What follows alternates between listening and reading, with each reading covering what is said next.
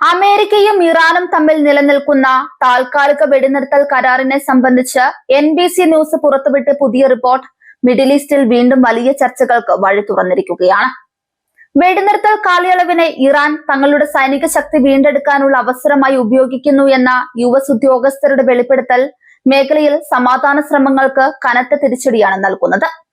ഈ റിപ്പോർട്ട് പുറത്തു വന്നതോടെ നിലവിലെ സമാധാന അന്തരീക്ഷം എത്രത്തോളം സുരക്ഷിതമാണെന്ന ചോദ്യം വീണ്ടും ഉയർന്നിരിക്കുകയാണ്. അമേരിക്കൻ ഉദ്യോഗസ്ഥരെ ഉദ്ധരിച്ചുള്ള റിപ്പോർട്ടുകൾ പ്രകാരം മുൻപ് നടന്ന US-ഇസ്രയേൽ സംയുക്ത ആക്രമണങ്ങളിൽ തകർക്കപ്പെട്ട തങ്ങളുടെ ആയുധശേഖരം പുനർനിർമ്മിക്കാനുള്ള തീവ്ര ശ്രമത്തിലാണ് ടെഹ്റാൻ. ഭൂമിക്കടിയിൽ ഒളിപ്പിച്ചിരുന്ന ആയുധങ്ങൾ പുറത്തെടുക്കാനും തകർന്ന ഡ്രോൺ മിസൈൽ നിർമ്മാണശാലകൾ അതിവേഗം പ്രവർത്തന സജ്ജമാക്കാനും ഇറാൻ വെടിനിർത്തൽ കാലാവധി ഉപയോഗപ്പെടുത്തുന്നു എന്നാണ് പ്രധാന ആരോപണം. ഇത് വെടിനിർത്തൽ കരാറിന്റെ ലംഘനമാണെന്നാണ് അമേരിക്കൻ പ്രതിരോധ വൃത്തങ്ങൾ കരുതുന്നത്. ഇറാൻ തങ്ങളുടെ ഡ്രോൺ സാങ്കേതിക വിദ്യയിലും മിസൈൽ ശേഷിയിലും കൈവരിച്ച മുന്നേറ്റം തള്ളിക്കളയാനാവില്ല. മുൻപ് നടന്ന ആക്രമണങ്ങളിൽ ഇറാന്റെ പല നിർണായക കേന്ദ്രങ്ങളും തകർക്കപ്പെട്ടിരുന്നു. എന്നാൽ ചുരുങ്ങിയ കാലയളവിനുള്ളിൽ ഈ ആഴ്സണലുകൾ വീണ്ടും സജ്ജമാക്കാൻ ഇറാൻ ശ്രമിക്കുന്നത് തങ്ങളുടെ പ്രതിരോധ ശേഷിയിൽ അവർക്കുള്ള ആത്മവിശ്വാസമാണ് കാണിക്കുന്നത്. ഇറാന്റെ ഈ നീക്കം അമേരിക്കൻ രഹസ്യാന്വേഷണ ഏജൻസികൾ അതീവ ഗൗരവത്തോടെയാണ് നിരീക്ഷിക്കുന്നത്. ഈ സാഹചര്യത്തിൽ അമേരിക്കൻ പ്രസിഡന്റ് ഡൊണാൾഡ് ട്രംപ് തന്റെ ദേശീയ സുരക്ഷാ ടീമുമായി നിർണായക കൂടിക്കാഴ്ചയ്ക്ക് ഒരുങ്ങുകയാണ്. ഇറാന്റെ പുനർസൈനികവൽക്കരണത്തെ എങ്ങനെ നേരിടണമെന്നതിനെ കുറിച്ച് ഈ യോഗത്തിൽ തീരുമാനമുണ്ടാകും. സൈനിക നടപടി ഉൾപ്പെടെയുള്ള കടുത്ത തീരുമാനങ്ങൾ ട്രംപിന്റെ പരിഗണനയിലുണ്ടെന്നാണ് സൂചന. ഇറാന്റെ ആണവശേഷി പൂർണ്ണമായും ഇല്ലാതാക്കുക എന്ന ലക്ഷ്യത്തിലേക്കാണ് അമേരിക്ക വിരൽ ചൂണ്ടുന്നത്. ഹോർമുസ് കടലിടുക്കിന്റെ നിയന്ത്രണം സംബന്ധിച്ച തർക്കങ്ങളും ഈ ചർച്ചകളിൽ പ്രധാന വിഷയമാകും.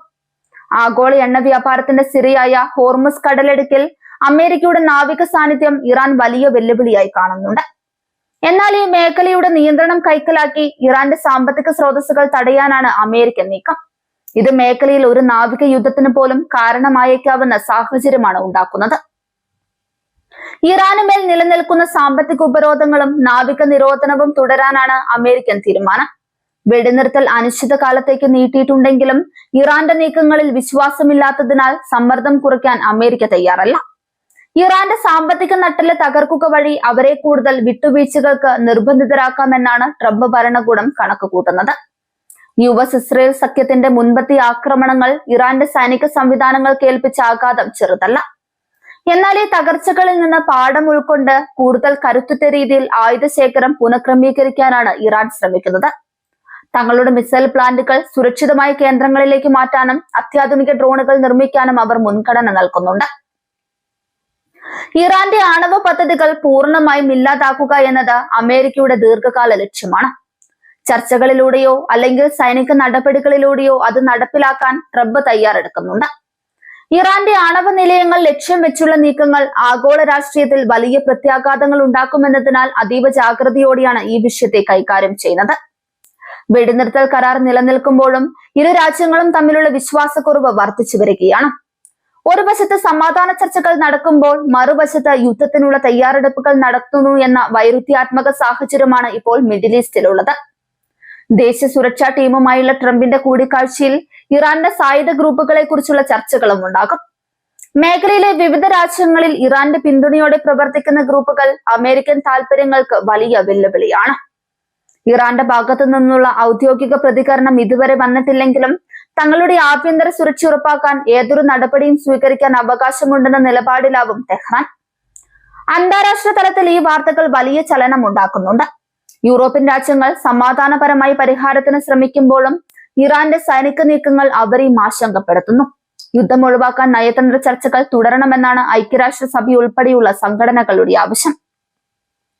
മിഡിൽ ഈസ്റ്റിലെ മറ്റു രാജ്യങ്ങൾ ഈ സംഭവ വികാസങ്ങളെ ആശങ്കയോടെയാണ് കാണുന്നത്.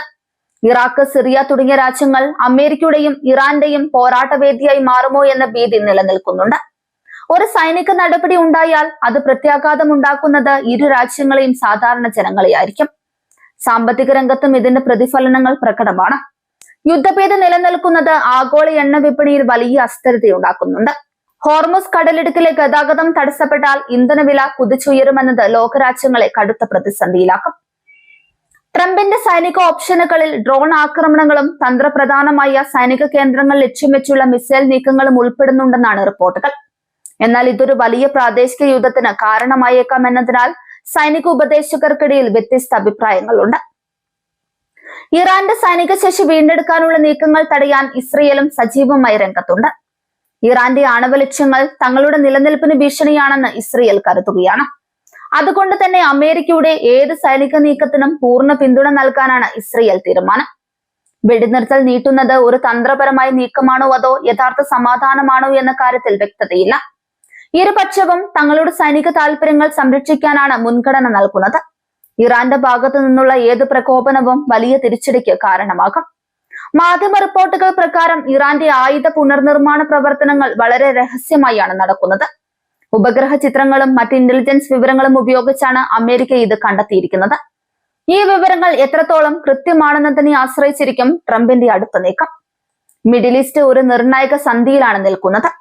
NBC റിപ്പോർട്ട് നൽകുന്ന വിവരങ്ങൾ ശരിയാണെങ്കിൽ വരും ദിവസങ്ങളിൽ മേഖലയിൽ വലിയ സൈനിക നീക്കങ്ങൾ പ്രതീക്ഷിക്കാം. അമേരിക്കയുടെ അന്ത്യശാസ്ത്രങ്ങൾക്ക് ഇറാൻ എങ്ങനെ മറുപടി നൽകുമെന്നത് ലോകം ഉറ്റുനോക്കുന്ന കാര്യമാണ്. വെടിനിർത്തൽ കരാറിനിടയിലും യുദ്ധത്തിന്റെ നിഴലിലാണ് മിഡിൽ ഈസ്റ്റ്. ഇറാന്റെ ആയുധ ശേഖരവും അമേരിക്കയുടെ പ്രതിരോധ നീക്കങ്ങളും സമാധാനത്തിന് കനത്ത വെല്ലുവിളിയാണ് ഉയർത്തുന്നത്. നയതന്ത്രപരമായ നീക്കങ്ങൾ പരാജയപ്പെട്ടാൽ മേഖല വീണ്ടും ഒരു വൻ സ്ഫോടനത്തിന് സാക്ഷ്യം വഹിക്കേണ്ടി വരും.